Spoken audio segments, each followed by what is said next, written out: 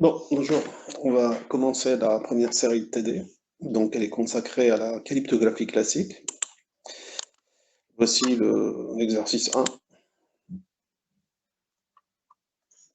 Donc, c'est un exercice simple, juste pour se familiariser avec les concepts. Donc, on vous dit que pour un chiffrement affine, y égale à ax plus b modulo 255, quel est le nombre de clés valides? Donc, il suffit de chercher quelles sont les clés valides qui vous permettent de réaliser un chiffrement affine correct, c'est-à-dire que vous pouvez chiffrer avec et vous pouvez déchiffrer et avoir la fonction de déchiffrement qui va avec.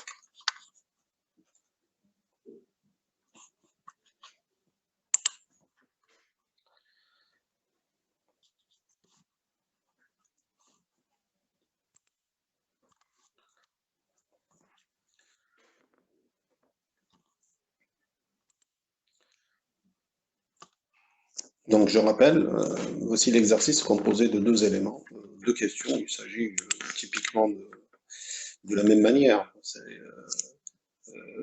Quel est le nombre de clés valides pour un chiffrement affine. Donc le chiffrement, c'est y égale à x plus b modulo 255. Et donc, ce qui voudra dire vous êtes amené à chercher quel est le nombre de clés qui est valide pour ce type de chiffrement. Pour la deuxième question, c'est vous avez un autre chiffrement affine, toujours dans la même ordre d'idée, y égale à x plus b modulo 30. Quel est le nombre de chiffrements de clés valides concernant ce chiffrement? Donc là, ça vous permettra d'avoir une idée sur, à un moment donné, la robustesse, je dirais, des différents chiffrements qui sont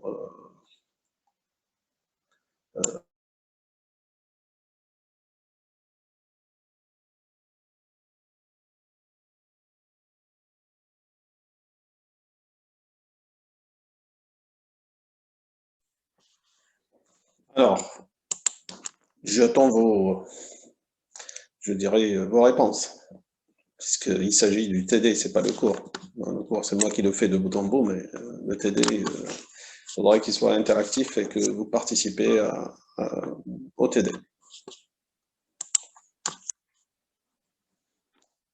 Alors, la réponse pour la première question.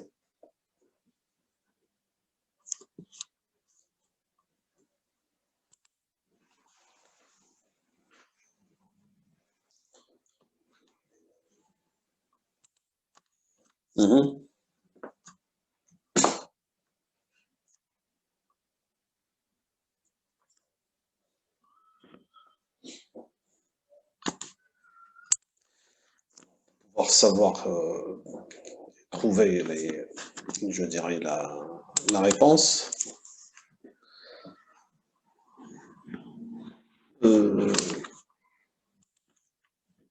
Oui, ce TD, normalement, c'est pour le groupe 1. Donc, parce que le groupe 2, il va avoir lieu avec Madame McLeish. Donc, ce n'est pas un cours, c'est un TD. Donc, c'est destiné principalement aux membres du groupe. Alors, pour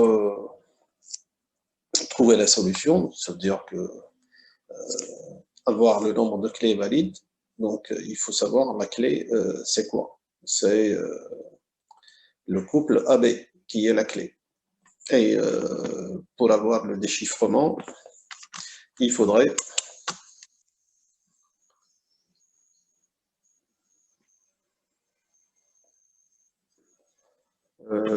oui, tu m'as donné la réponse à moitié, on va dire, en me disant un MEDES, en me disant le nombre de valeurs de X, de A, fois le nombre de valeurs que peut prendre B. Nous, on cherche exactement combien. Abdallah, ta réponse, elle est fausse, donc c'est pas ça. Donc, pour trouver les trucs, c'est très simple. La clé, c'est quoi? C'est le couple AB. Alors, naturellement, si vous cherchez les valeurs valides, c'est-à-dire les valeurs valides de B et les valeurs valides de A. Donc, l'idée, elle est toute simple. C'est de trouver quelle est la fonction de déchiffrement. Quand vous trouvez la fonction de déchiffrement, vous allez voir quelles sont les valeurs qui permettent d'obtenir le déchiffrement. Et donc, vous allez trouver les contraintes sur A et B. Donc, pour trouver les contraintes de A et B, donc la fonction de déchiffrement ici, c'est quoi? C'est que vous allez trouver X à partir de B. Donc, la première chose à faire, vous devez écrire l'équation de X en fonction de Y. Et là, vous allez voir quelle est la contrainte qui est. Donc, c'est ce que j'ai donné en cours. Théoriquement, si vous avez revu votre cours, vous allez voir que vous trouvez que X est égal à Y moins B fois A moins 1. Et donc, automatiquement, la valeur qui existe, c'est quoi? C'est le nombre de clés qui sont valides, c'est les couples AB. Et donc, vous allez trouver vos valeurs qui sont correctes. Les valeurs qui sont correctes, c'est quoi? Ce sont déjà toutes les valeurs de A qui sont inversibles. Et donc, là, vous allez trouver le nombre de valeurs inversibles par rapport à A. Donc, ces valeurs qui sont inversibles par rapport à A, ils sont combien?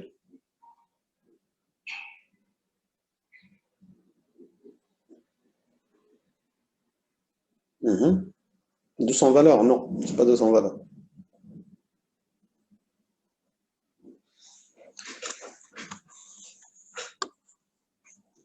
Donc, tout à l'heure, si vous avez suivi le cours attentivement, on a montré cette fonction de l'air, c'est la valeur phi de n. Ici, n, c'est quoi? C'est 255.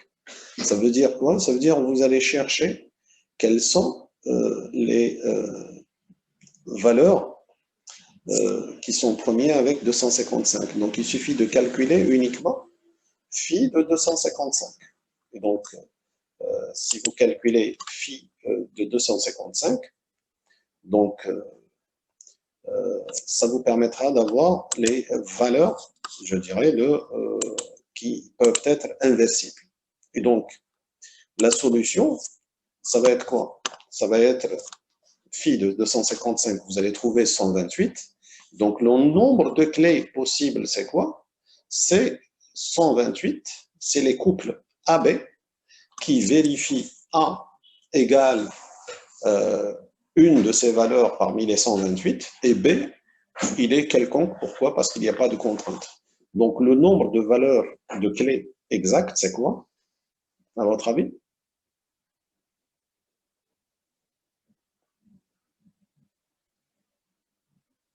La réponse, elle est toute simple, normalement.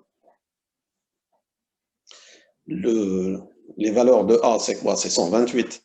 Les valeurs de B, c'est 255. Et donc, le nombre de clés possibles, c'est 128 fois 255.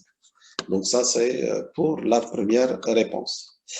Et donc, pour la seconde, c'est un peu le même principe. Vous allez trouver les nombres de valeurs qui sont premières avec 30. Donc, vous allez calculer phi de 30. Ça vous permettra de trouver la valeur qui est 8. Donc, le nombre de valeurs possibles, c'est quoi? C'est 8 fois 30. Donc, ce qui vous donnera 240 clés. Donc, dans le premier cas, c'est 128 fois 255. Dans le deuxième cas, c'est 8 fois 30. Donc, ça, c'est pour vous montrer quels sont les nombres de clés possibles qui peuvent être utilisés par un chiffrement affine. Et donc, vous voyez que plus le modulo, je dirais, il augmente au fur et à mesure, ça peut augmenter si il n'est pas premier. Mais s'il est premier, aussi, de la même manière, vous allez obtenir un certain nombre de valeurs premières qui peuvent augmenter considérablement. Et donc, quand le nombre n'est pas premier, c'est vrai que le nombre de valeurs qui sont inversibles sont plus ou moins réduites parce qu'on élimine un certain nombre de valeurs. Mais s'il est premier, vous allez trouver une grande valeur, je dirais, de nombre premier. Donc ça, c'était le premier exercice qui vous permet de vous familiariser avec ces chiffrements classiques. Et donc ce chiffrement, déjà, on a une idée sur le nombre de clés possibles qui peuvent être utilisées pour chiffrer et bien entendu pour déchiffrer. Pourquoi? Parce qu'à chaque fois que vous avez une clé qui est valide, vous êtes sûr d'avoir son inverse et du coup, vous êtes capable de déchiffrer par la suite. Maintenant, le deuxième exercice. Donc, le deuxième exercice, c'est toujours dans le même esprit, mais avec plusieurs questions un peu différentes. Donc, vous avez Alice et Bob qui veulent communiquer, et donc ils veulent avoir une date plus ou moins confidentielle, et donc comment que ça communique? Ça communique grâce à un chiffrement affine. Donc la première des choses, c'est quoi? On sait que le nombre de jours dans l'année, c'est 365, donc on va coder chaque jour par un numéro, donc de 0 jusqu'à 364. Et ensuite, ça veut dire qu'il y a une clé qui est AB, qui permet de chiffrer grâce à un chiffrement affine. Et donc, on va utiliser AX plus B modulo 365, donc ce qui nous donne un jour de l'année. Ensuite, alors ici, on vous donne quel est le nombre de clés valides pour ce chiffrement. Donc, c'est un peu, maintenant vous avez connu, vous connaissez un peu le système. Donc, l'idée, c'est quoi? C'est de calculer la valeur phi de 365.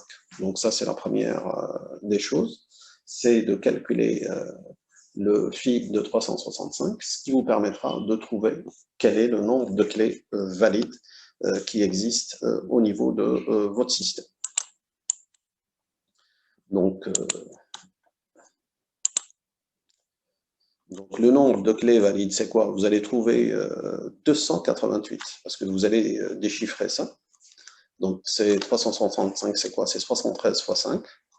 Et ce qui vous donnera 72 fois 4, c'est 288. Donc, le nombre exact, c'est quoi? Le nombre exact, c'est le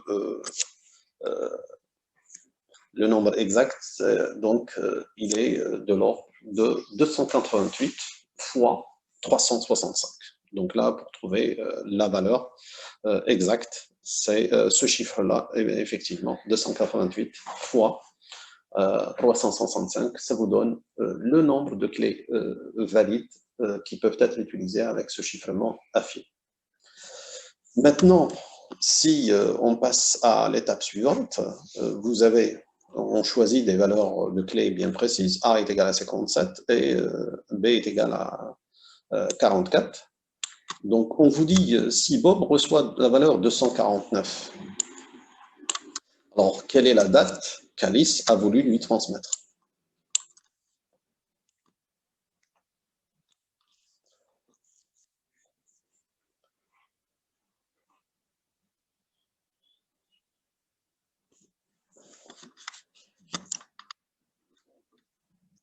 Zouz, tu continues ta réflexion. C'est vrai que tu es arrivé à la valeur, mais il faut traduire cette valeur en jour de l'année.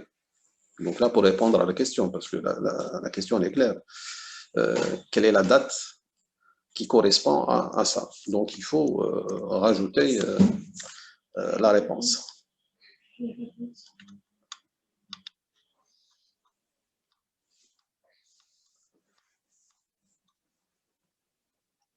Alors,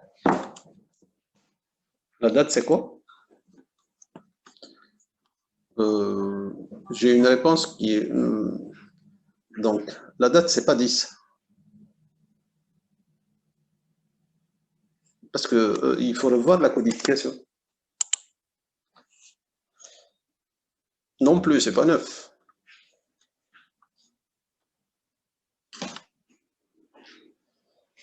Puisque le premier jour, il est codé avec quoi? Non.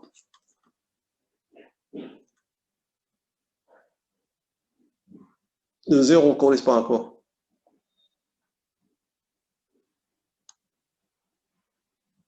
Donc, il faut revoir juste l'exercice. Le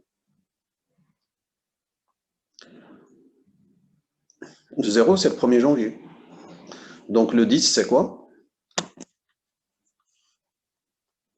C'est le 11 janvier. Donc, ce qui donne la solution. Donc là, ça veut dire que vous faites le calcul. Automatiquement, le calcul n'est pas direct. Donc, vous êtes obligé de calculer la fonction inverse. Ça permettra de calculer x par rapport à y. Donc, vous avez l'inverse. Vous calculez l'inverse par l'algorithme de Clune étendu. Donc, 57, vous devez lui trouver son inverse. Et automatiquement, ça vous permettra d'avoir la solution.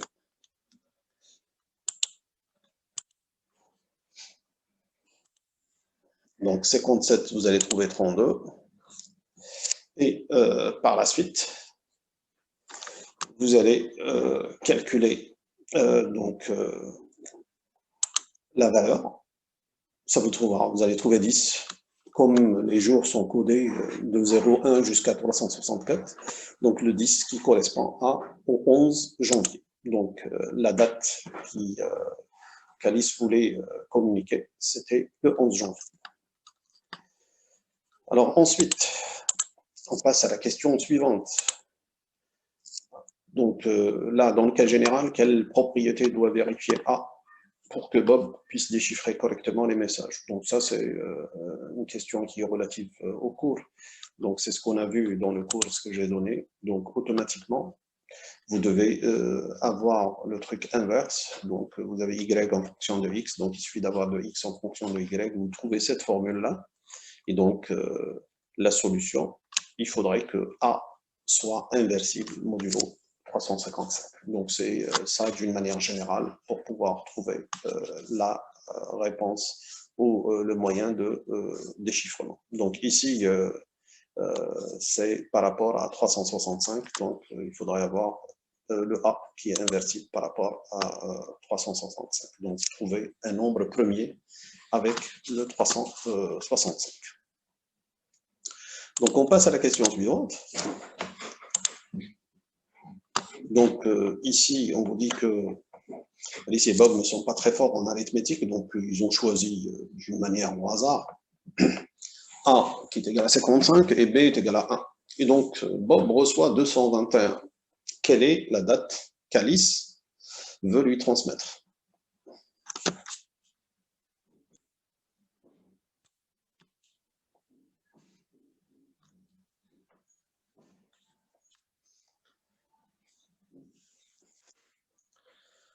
Ben, effectivement, il va y avoir un petit pépin ici.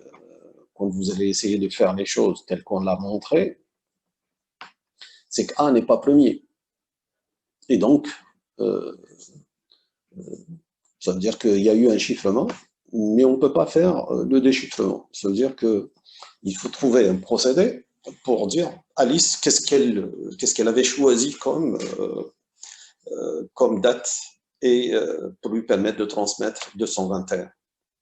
Donc, ici, le fait de ne pas trouver que, ça c'est d'une manière générale, le A, qui n'est pas premier avec 365, c'est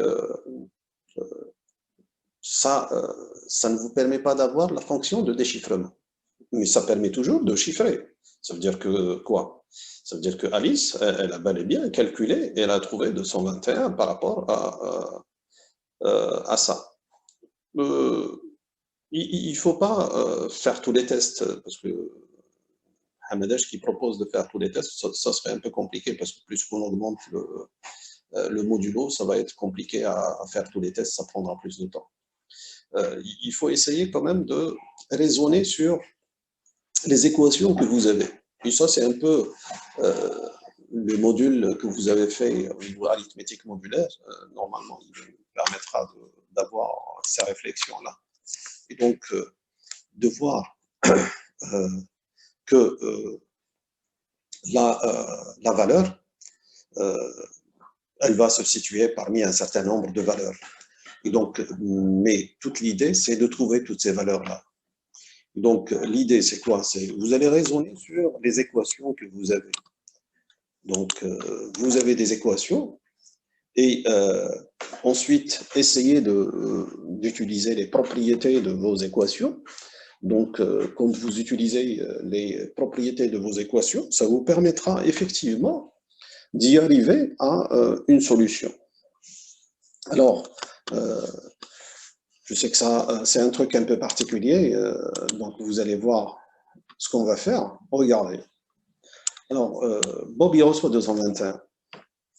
Alors, ce qu'on va avoir, on va avoir ça. C'est-à-dire que nous, on est en train de chercher le X. Donc, le 221, il va répondre à ça, puisqu'ils ont choisi 55. Ça veut dire 55 fois X plus 1 est égal à 221, 365, modulo 365. C'est ce qui a été utilisé par Alice. Donc, là, ce qu'on va voir, on voit que là, il suffit de remettre le 1 de l'autre côté. Vous allez trouver que 55x égale à 220 modulo 365. Alors, c'est vrai qu'on ne peut pas faire le truc inversible directement. Pourquoi? Parce que 55 n'est pas premier avec le 365. Mais sauf que on voit que ici, cette équation-là, tous les éléments, ils ont un facteur commun qui est 5. Et ce qui voudra dire quoi? Ce qui voudra dire que je peux utiliser les propriétés. Et donc, je vais avoir ça, 55x égale à 220 modulo 365. Ça, c'est équivalent à dire que si je divise par, parce que ça, c'est les propriétés des équations modulaires. Donc, je divise par 5 des deux côtés. Là, l'équation reste valide. Et donc là, ce que vous allez avoir, donc vous allez diviser le 55 par 11, par 5, ça donne 11. Le 220, ce qui vous donne 44. Et le modulo, donc, qui vous permet d'avoir le 73. Et donc là, on voit bien qu'on a une nouvelle équation. Cette équation, c'est 11x égale à 44 modulo 73. Ça, c'est le 11, c'est un nombre premier, donc il est premier avec 73. Et donc ça me permet d'inverser le 11. Et donc je pourrais trouver, grâce à Euclide, donc je vais trouver cette valeur de 20. Et donc, je vais appliquer x égale à 20 fois 44, donc ce qui me donnera 4 modulo 73. Et donc là, ça me permet de trouver cette solution au niveau de modulo 73. Mais moi, je suis obligé de remonter pour trouver la solution modulo de 365. Et donc, comment faire les choses? C'est pour remonter, c'est vous avez les équations. Donc, tu as l'équation x égale à 4 modulo 73, c'est ce que j'ai trouvé. Et donc là, l'idée, c'est quoi? C'est de dire que cette valeur, elle est vraie comment? Elle est vraie pour x égale à 4, donc pour x égale à 4 plus 73, et ainsi de suite. Donc, c'est l'ensemble des valeurs que je peux avoir. Et donc, automatiquement, toutes ces valeurs-là qui sont valides, elles restent valides par rapport à 365. Et donc là, l'ensemble des valeurs, ça va être toutes ces valeurs-là qui ne dépassent pas 365. Et donc, ce qui me donnera la suite des jours, ça veut dire que c'est l'une de ces valeurs-là qui a pu être envoyée par Alice. Donc, je n'ai pas l'assurance d'avoir la valeur exacte. Pourquoi? Parce que je n'ai pas la fonction d'inversibilité. Donc, le modèle qui a été utilisé, ce n'est pas un modèle inversible. Mais j'ai pu trouver l'ensemble des possibilités qui permettent de donner la valeur 221. Et donc là, voici une de ces dates-là qui a été choisie par Alice pour lui donner la valeur de 221. Et donc ça, c'était un cas particulier qui vous montre un peu les astuces pour pouvoir en déduire les valeurs automatiquement. Pourquoi? Parce que la clé utilisée n'était pas une clé valide à 100%. Donc, on peut chiffrer avec, mais on ne peut pas avoir le mécanisme de déchiffrement d'une manière automatique. Donc, il fallait avoir toutes les possibilités qui sont offertes pour trouver la bonne solution. Donc, ça, c'est par rapport à l'exercice 2. Maintenant, on passera à un exercice 3. Toujours avec les fonctions affines. Alors, l'idée, c'est quoi? L'idée, c'est vous avez un mécanisme de chiffrement. Alors, on a utilisé le modulo 26. On a la fonction de chiffrement. On a chiffré le texte ER.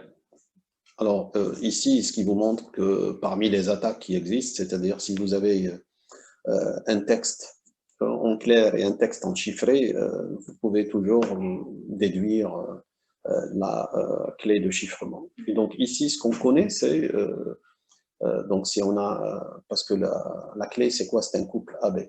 Donc si vous avez le chiffré de 2 lettres, avec le clair de 2 lettres, automatiquement, vous pouvez casser ce chiffre. Là, on a quelque chose qui est à moitié, à vrai dire. Donc, on a le texte en clair, on le connaît, les deux caractères. Par contre, le chiffré, on connaît juste un caractère. Le deuxième, on ne connaît pas. Et donc, malgré ça, vous allez voir qu'on peut casser ce chiffre et trouver la clé de chiffrement. Alors, la première question qui est demandée, quelle est la lettre étoile, c'est-à-dire que ER, il a été codé en J étoile, donc étoile qui peut représenter, c'est un caractère générique, ça veut dire qu'il peut représenter n'importe quel caractère de l'alphabet. Alors, on vous demande de trouver ce caractère étoile, c'est-à-dire qu'il peut être une lettre de l'alphabet, laquelle. Donc, pour trouver la solution, naturellement, vous êtes dans le chiffrement affine, ça veut dire qu'il faut appliquer la fonction de chiffrement affine, et à partir de là, vous manipulez des équations et vous pouvez en tirer, je dirais, le résultat voulu. Et donc, on va prendre l'exercice 3. Donc, il s'agit d'un chiffrement affine. On a 2 caractères qui ont été chiffrés. Le premier caractère, on sait en quoi il a été chiffré, sauf que le deuxième, on ne sait pas en quoi il a été chiffré.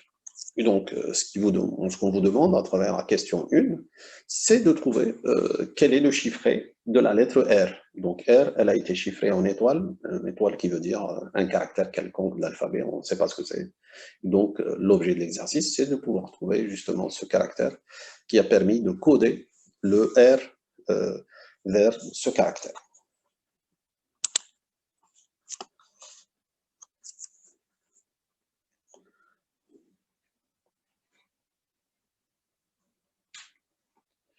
Et donc, automatiquement, dans cet exercice, ça veut dire que, implicitement, vous devez prendre connaissance de la clé de chiffrement, donc, puisqu'on ne connaît pas la clé de chiffrement. Donc, ça veut dire qu'il faut en déduire la clé de chiffrement, et naturellement, dès que vous avez la clé de chiffrement, ça vous permettra effectivement de passer vers je dirais, la lettre qui est codée. Et donc, automatiquement, ce chiffre-là, quand on l'applique, ce qui vérifie un certain nombre de propriétés. Donc, il suffit d'utiliser les données que vous avez dans le texte et vous obtenez des équations sur lesquelles vous allez opérer. Et donc, vous pouvez trouver la solution par la suite concernant votre problème qui est posé. Donc, vous avez l'équation globale, c'est EX, ma fonction de chiffrement est égale à AX plus B modulo 26. Donc ça, c'est une première équation que vous pouvez écrire. Ensuite, vous pouvez utiliser le terme, c'est que vous avez ER qui a été codé en J étoile. Ça veut dire quoi? Ça veut dire que E a été codé en J. Donc, il suffit de remplacer ça à travers votre équation de chiffrement. Et donc,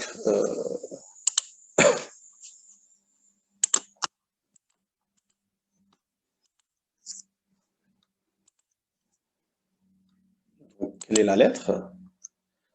Ce que vous avez utilisé le texte. C'est que vous avez ER qui a été codé en J étoile. Et donc, ça veut dire quoi? Ça veut dire que je dois transcrire ça en termes d'équation.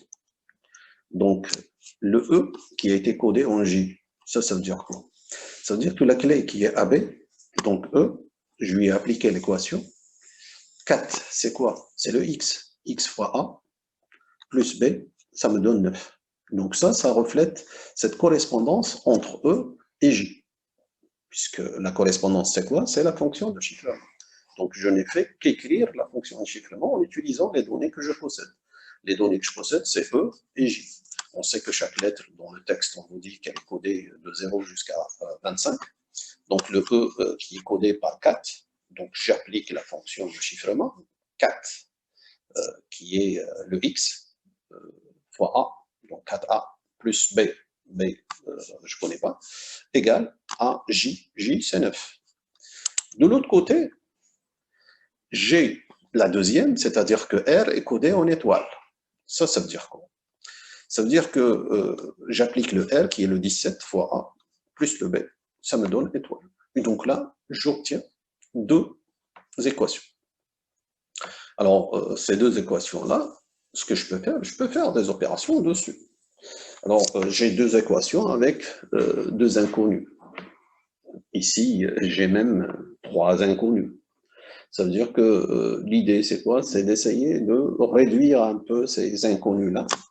Donc, si vous prenez les deux équations et si vous allez faire une soustraction, vous allez voir que le B va disparaître. Donc là, vous allez réduire le nombre d'inconnus que vous avez. Donc, c'est ce que je vais faire.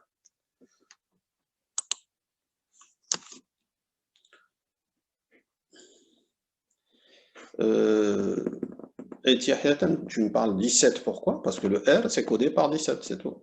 Tu codes les caractères, donc quand tu vas, 17, ça correspond à R. Alors, je vais faire de la soustraction, donc ça me permettra d'éliminer le B. Donc, regardez ce que je vais obtenir. Donc, je soustrais la première de la deuxième. Donc, 17 moins 4, ça donne 13. 13A égale à étoile moins 9. C'est ce que j'obtiens. Alors, ensuite, il faut utiliser toutes les connaissances que vous avez. Alors, là, je vais utiliser la connaissance, c'est que là, j'ai codé avec un chiffrement affine. On vient de voir à travers l'exercice 1 et 2 que A, pour que ça soit un chiffrement affine correct, il faudrait que A soit premier avec 26. OK? Donc, si A, il doit être premier avec 26, la première des choses que je peux déduire, c'est que A, il doit être impair. Parce que s'il est pair, automatiquement, il n'est pas inversible, puisqu'il a un dénominateur commun avec 26, c'est-à-dire le 2, donc s'il est pair. Donc, automatiquement, il doit être impair. Donc, s'il est impair, donc j'ai cette connaissance, je vais la traduire au niveau de mon équation. Donc, ça veut dire que A, il a cette forme-là. A va être 2K plus 1, pour K, un entier allant de 0 jusqu'à, je dirais, un certain nombre. Alors, je vais utiliser ça, il suffit de remplacer A par sa forme, donc dans cette équation que j'ai obtenue. Donc, qu'est-ce qu'on va avoir? On va avoir le 13 fois 1, ça veut dire que tu vas avoir 13 fois 2K plus 13. Alors, 13 fois 2K, ça me donne 26K. Or, 26 avec modulo 26, ça va disparaître, ça va être donné 0. Donc, ça va disparaître le K. J'aurai uniquement le 13. Et donc, je vais avoir 13 égale étoile moins 9. Ce qui me permet de déduire cette étoile-là, ce que je cherche. Étoile égale à 22. Et donc, automatiquement, j'ai pu trouver le caractère qui a codé le R. Et donc, le R, il a été codé par le caractère correspond à la valeur 22, qui n'est autre que W. Et donc, regardez, avec toutes ces propriétés mathématiques, c'est ce que j'ai fait. Donc, la première, vous utilisez les connaissances que vous avez. Donc, on a dit que ER a été codé en J étoile. Donc, j'ai transcrit ça en termes d'équation. Ensuite, j'ai essayé de faire des opérations arithmétiques. Je fais la soustraction. Pourquoi? Parce que j'ai trop d'inconnus. J'ai l'inconnu A, l'inconnu B et étoile. Donc, je vais réduire. Donc, avec la soustraction, vous éliminez le B. Ensuite, j'utilise les propriétés de mon chiffrement. Donc, je connais que la propriété de A, il doit être inversible modulo n. Et donc, ici, n, c'est 26, ce qui voudra dire que A, s'il est premier avec 26, il ne peut pas être pair. Donc, il doit être impair. Et donc, s'il est impair, il peut s'écrire sous la forme que j'ai proposée ici, c'est 2k plus 1. Donc, tout nombre impair, il s'écrit sous cette forme-là. Et il suffit de remplacer. Donc, quand je remplace, le 13 fois 2, ça me donne 26, ça va disparaître, ce qui me fait disparaître le k. Et donc, automatiquement, j'aurai uniquement une seule inconnue, l'étoile. Et donc, je retrouve la valeur. Et donc, ça me permettra de déduire que R a été codé par W. Donc, ça, c'est pour la première tranche de la question. Maintenant, je passe à la suivante. C'est est-ce que on vous dit dans votre schéma, est-ce que la fonction affine définie peut chiffrer B par C? Justifiez votre réponse. C'est-à-dire que là, jusqu'à présent, on a utilisé un chiffrement affine, mais on n'a pas trouvé la clé de chiffrement. Donc, ce qu'on a pu, on a pu déduire justement grâce aux équations que R a été codé par W. On vous pose la question maintenant, est-ce que B peut être codé par C? Justifiez votre réponse. Et donc là, ça veut dire qu'on vous donne une nouvelle contrainte et vous allez voir, effectivement, est-ce que c'est possible d'avoir la lettre B par le chiffrement qu'on vient d'utiliser? Est-ce qu'il peut coder B par C? Et donc là, il faut justifier votre réponse. Alors, quelle a été votre tentative? Qu'est-ce que vous avez fait? Parce que je vous ai transmis la série. On peut calculer A et B. Oui, on peut calculer. Maintenant, puisqu'on a, je dirais, les valeurs de codage, donc automatiquement, je peux calculer la clé A et B. Ça, c'est une éventualité. Je peux avoir autre chose sans calculer A et B. Je peux aussi, je dirais, mettre en place là l'information que j'ai. L'information que j'ai, il me demande est-ce que B peut être chiffré par C. Ça veut dire quoi? Ça veut dire que vous pouvez écrire une équation qui permet de refléter ça. Et donc là, vous essayez d'écrire la solution. Supposez que C a permis de coder B. Donc vous allez écrire l'équation dans ce sens.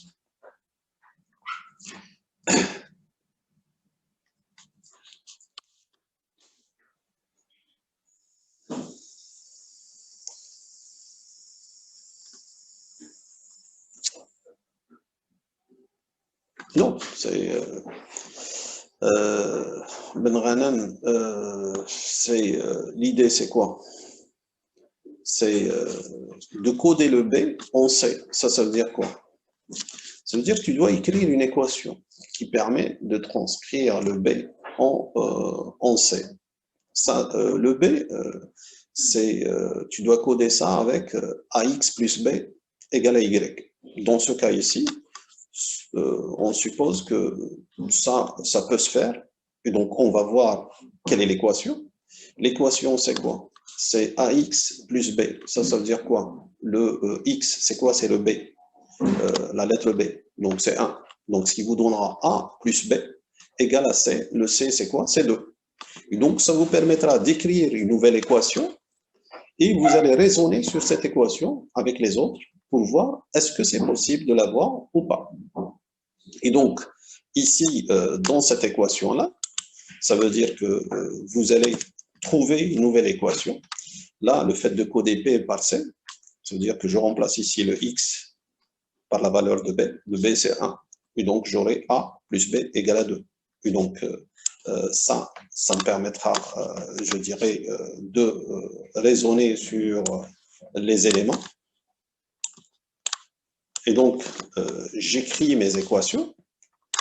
Donc, j'ai pu montrer dans les équations précédentes, c'était quoi? C'était 4A plus B égale à 9, 17A plus B égale à 22.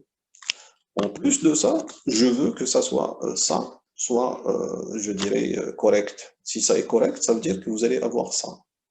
A plus B égale à 2. Et donc, ça veut dire que ici, la clé, si je veux avoir ça, en plus de ça, ça veut dire que je dois ici, cette équation-là, vous avez la clé qui est le couple AB, tel que A plus B égale à 2.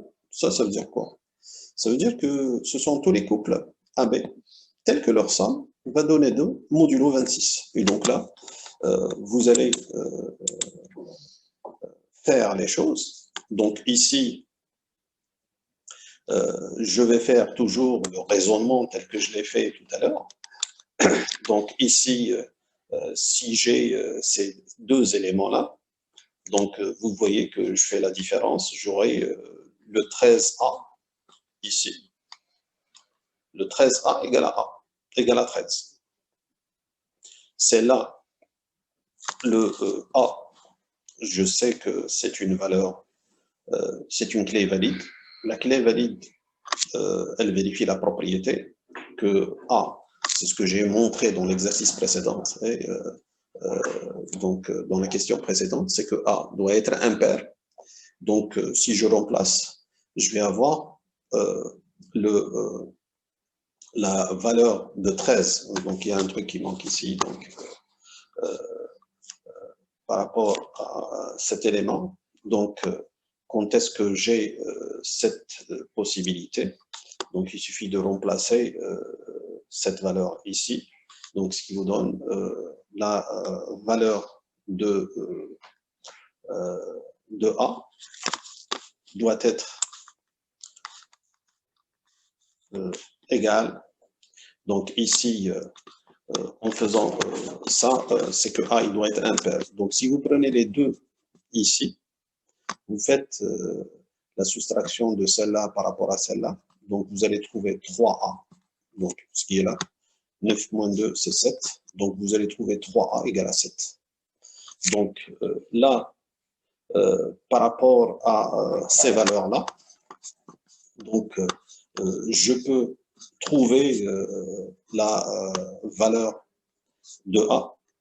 Donc, je peux exhiber ici le A facilement. Je peux avoir avec le 11.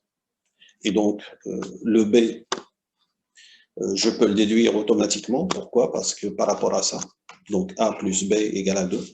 Et donc, le B qui est égal à 17. Et donc, si vous voyez ça, 17 plus 11, c'est 28. C'est effectivement, ça vérifie cette équation. 28, c'est égal à 2, modulo 26. Et donc, ce qui veut dire que la réponse par rapport à la question, effectivement, je peux coder le B par C. Pourquoi? Parce que je peux exhiber le couple de valeurs qui me permet d'obtenir cette valeur-là et qui permet d'avoir effectivement le résultat escompté. Donc ça, c'est par rapport à la question qui permet de dire à un moment donné, est-ce que B peut être codé par C selon la fonction de chiffrement affine utilisée.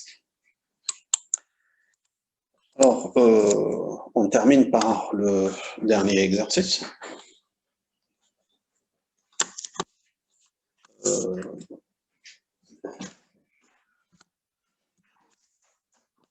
Zalé, tu me dis 3a égale à 7, d'où est-ce que je le tire? Je le tire d'ici.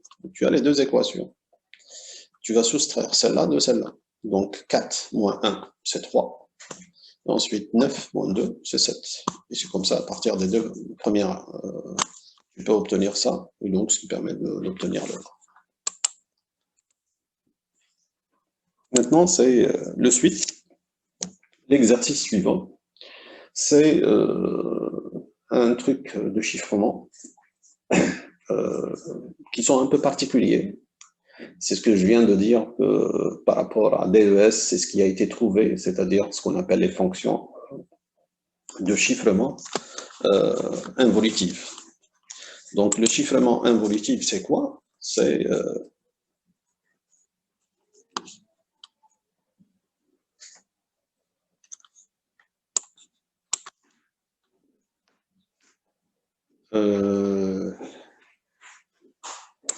Nezim qui me répond en disant que on peut chiffrer avec A égale à 1 et B égale à 1.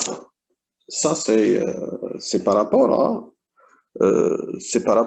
B et C. Mais tu ne pourras pas avoir le codage qui vérifie les équations précédentes. Regarde le texte. Le texte, qu'est-ce qu'il dit? Est-ce que la fonction affine définie, elle est définie où? Elle est définie dans ce qui précède. Ça veut dire que c'est la fonction qui a permis de coder E en J et le R en W. Donc, si tu prends la fonction affine avec A égale à 1 et B égale à 1, tu ne pourras jamais coder le R en W. Donc, ça, il faudrait que tout l'astuce, c'est que la fonction, elle vérifie ça, et en plus, elle vérifie le reste. Donc ça, c'est pour ça que je tiens à chaque fois, il faut vérifier, bien lire le texte, et vérifier je dirais, les conditions du texte tel qu'il est donné. Donc c'est pour ça que ce qui a été posé comme solution, c'est de voir en plus, parce que est-ce que la fonction affine définie, c'est-à-dire celle qu'on a déjà vue, qui a permis de coder ER en JW. Et donc, elle peut faire aussi le B en C. Donc, c'est grâce à ces valeurs-là qu'elle peut le faire. Mais avec les valeurs 1, 1 et 1, vous ne pouvez pas le faire. Alors, l'exercice suivant, c'est de s'intéresser aux fonctions de chiffrement qui sont égales, identiques aux fonctions de chiffrement. Donc, là, c'est ce qu'on appelle ça en littérature, les fonctions involutives. Alors, la première question qui est simple, il suffit de comprendre le texte qu'on a voulu dire par ça. On vous dit si la fonction de chiffrement est involutive, quelle est la clé de déchiffrement? Donc, ici, si la fonction de chiffrement est involutive, ça veut dire quoi? Ça veut dire la fonction de chiffrement, c'est la même que la fonction de déchiffrement. Et donc, du coup, elle va utiliser la même clé. Et donc, quelle est la clé de déchiffrement? C'est la même. Et ensuite, dans le cas précis, on s'intéresse à ces cas précis de ces fonctions pour trouver toutes les fonctions involutives. Donc, on commence par le premier, donc, qui est, je dirais, intuitive et directe. Donc, c'est la clé, elle est identique, c'est la même clé de chiffrement. Maintenant, on passera au suivant. Donc, on se place dans d'un chiffrement par décalage sur Zn. Ça veut dire quoi? Ça veut dire que vous avez le chiffrement de César. Donc, on vous demande de trouver quelles sont toutes les clés involutives dans le cas où n égale à 26 et n égale à 29. Donc, ici, pour trouver la solution, ça veut dire quoi? Ça veut dire que vous devez écrire vous avez une fonction qui est involutive. Ça veut dire quoi? Ça veut dire que la fonction de chiffrement est égale à la fonction de déchiffrement. Et on a vu dans le cours que la composition de la fonction de déchiffrement avec la fonction de chiffrement donne l'identité. Donc, à partir de cette équation-là, vous allez la développer et ça vous permettra d'avoir une équation avec des contraintes. Et donc, sur la base des contraintes, ça vous permettra de trouver toutes les fonctions qui vérifient cette propriété. Donc, il suffit d'appliquer ce que je viens de dire et ça vous permettra d'avoir effectivement la fonction, toutes les fonctions qui vérifient ces propriétés. Donc ici, vous avez un chiffrement par décalage. Ça veut dire quoi? Ça veut dire que vous devez écrire l'équation de la fonction de décalage. Donc si la fonction opère par décalage, ça veut dire quoi? Ça veut dire que y égale x plus k modulo n. C'est ça ce que ça veut dire. Et donc, si vous l'appliquez deux fois, ça veut dire que vous appliquez cette fonction deux fois, vous allez obtenir que z égale à x plus 2k modulo n. C'est ça ce que ça veut dire. Et donc, moi, je veux que ça soit égal à l'identité. Ça veut dire que 2k égale à 0. C'est ça ce que ça veut dire. Donc, vous avez la solution qu'on peut l'énumérer ici au fur et à mesure. Donc, vous avez, je prends le premier cas, puisqu'on vous dit de traiter le cas 26 et le cas 29. Donc, vous avez l'équation, ça veut dire que x égale à x plus 2k. Donc, d'où est-ce que ça provient ça? Ça provient de la composition deux fois, c'est-à-dire vous chiffrez deux fois. Donc, vous avez x, vous allez le chiffrer par x plus k. Et ensuite, x plus k, vous voulez le chiffrer, donc ça va être x plus k plus k. Et donc, vous obtenez x plus 2k. Et donc, si je veux que x égale à x plus 2k, ça veut dire tout simplement que 2k égale à 0. C'est ça ce que ça veut dire. Donc, 2k égale à 0 modulo 26. Quels sont les cas possibles? C'est soit k égale à 0, soit k égale à 13. Donc, uniquement ça. Donc, quelles sont les fonctions involutives? C'est, vous avez la fonction x égale à x, l'identité, donc le k égale à 0, ou bien x égale à x plus 13. Donc, il y a uniquement deux fonctions qui permettent effectivement d'avoir cette situation si je prends n égale à 26. Maintenant, si je prends n égale à 29, puisqu'on me demande de traiter les deux cas, donc vous devez traiter les deux cas. Alors, là, vous avez x plus 2k égale modulo 29, donc 2k qui est égal à 0. La seule solution, c'est uniquement k égale à 0. Et donc, vous avez uniquement une seule fonction qui peut répondre à la contrainte exigée par la solution. Alors, dans la question suivante, vous avez le chiffrement. Maintenant, ce n'est pas par décalage, mais chiffrement affine. Donc, vous devez traiter de la même manière, sauf que tout à l'heure, on procédait par chiffrement affine. Là,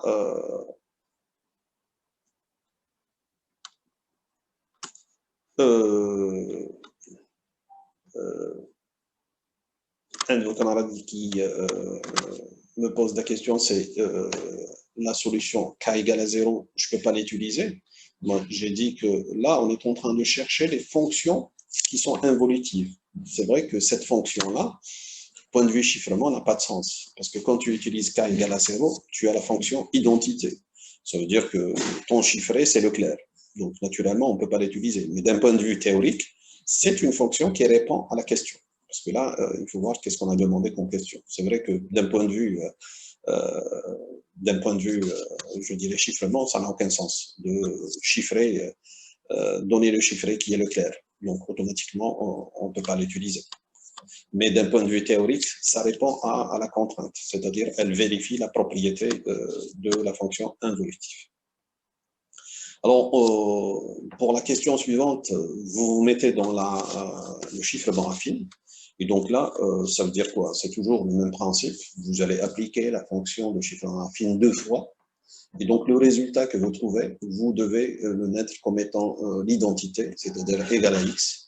Et vous allez tirer les contraintes que vous devez avoir concernant votre fonction. Et donc, ce qui vous permettra par la suite de déduire quelles sont toutes les fonctions affines qui correspondent à cette situation.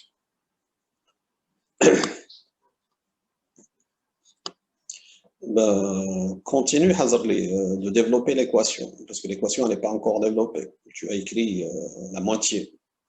Donc, il faut développer la partie, le membre gauche de l'équation. Donc là, tu vas tomber par la suite.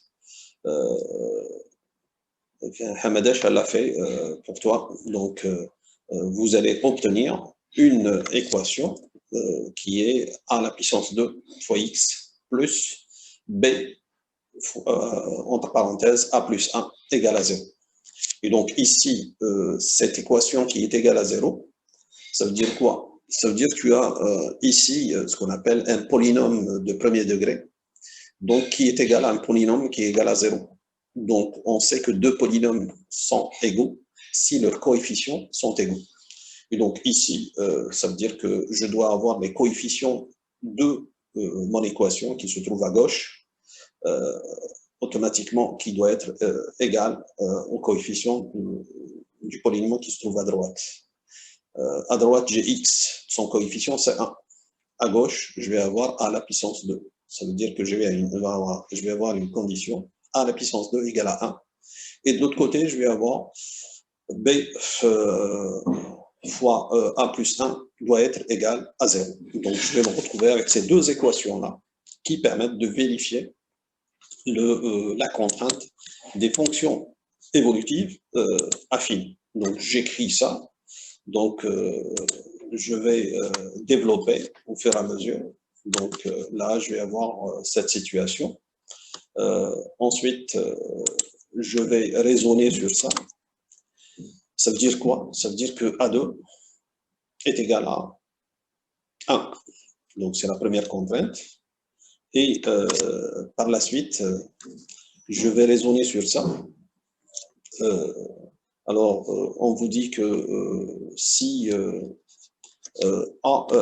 est un nombre premier, donc si n est un nombre premier, quelles sont les valeurs qui me permettent d'avoir cette contrainte-là? A2 égale à 1. Alors, ici, j'ai, à vrai dire, deux valeurs. La première valeur, donc là, mathématiquement, déjà, vous pouvez raisonner dessus. A2 égale à 1. Quelles sont les valeurs dont le carré est égal à 1? Donc, mathématiquement, ça, vous le savez, il y a deux valeurs. Vous avez la valeur 1 et moins 1. D'accord? Donc, or, nous, on est dans l'arithmétique modulaire. Donc ça, j'ai exhibé les deux contraintes. Et donc, je vais raisonner sur A et ça me permettra de trouver par la suite le B. Donc, les valeurs possibles, c'est soit A égale à 1, soit A égale à moins 1. Comme je suis dans le modulo, le moins 1, c'est quoi? Ce n'est autre que la valeur n-1. Donc, il suffit de lui rajouter, pour le rendre toute valeur négative, pour la rendre positive, vous lui rajoutez le modulo, automatiquement, vous trouverez une valeur positive. Et donc, vous allez trouver les valeurs qui sont soit A égale à 1, soit A égale à moins 1. Donc, ici, vous allez inférer ces valeurs. Donc, si A égale à 1, la deuxième équation, ça va être quoi? Ça va être B fois 2 égale à 0. Or, B fois 2 égale à 0, c'est quoi? C'est la valeur B égale à 0. Ça peut pas être autre chose. Donc, la seule valeur valide, c'est B égale à 0. Donc, je trouve la clé valide qui est 1, 0. Par contre, si A égale à moins 1, ça veut dire quoi? Si A égale à moins 1, donc je vais avoir ici B, c'est 1 moins 1, ça donne 0. B fois 0 égale à 0. Ça veut dire que B, ça peut être n'importe quelle valeur de modulo n. Donc, toutes les valeurs possibles, il y a n valeurs possibles. Et donc là, j'aurai les valeurs possibles, c'est quoi? C'est 1, 0, ou bien moins 1 b, ce qui correspond à n moins 1 b. Et donc là, j'aurai la deuxième, ça c'est un ensemble de clés. Pourquoi? Parce que c'est vrai que n moins 1 c'est une valeur fixe, mais b, je l'ai laissé tel qu'il est, c'est-à-dire quelconque. les valeurs valides de B, c'est quoi? C'est les valeurs allant de 0 jusqu'à n-1. Et donc là, ça vous permettra de trouver toutes les valeurs possibles. Donc, les valeurs possibles, c'est quoi? C'est le nombre de clés est égal à exactement n plus 1 clés possibles. Donc, la première clé, c'est 1, 0. Les autres clés, c'est-à-dire il y en a au nombre de n, c'est n-1 et valeur de b, ce qui veut dire n-1, 0, n-1, 2, 1, n-1, 1 jusqu'à n-1, n-1. Et donc là, ça vous permettra de trouver toutes les clés qui sont possibles. Elles sont le nombre de n plus 1 clés possibles qui ont cette caractéristique de clé involutive, c'est-à-dire d'avoir une fonction de chiffrement involutive. Donc, ainsi, on y arrive au bout. Là se termine le TD1. Donc, au prochain cours, Inch'Allah.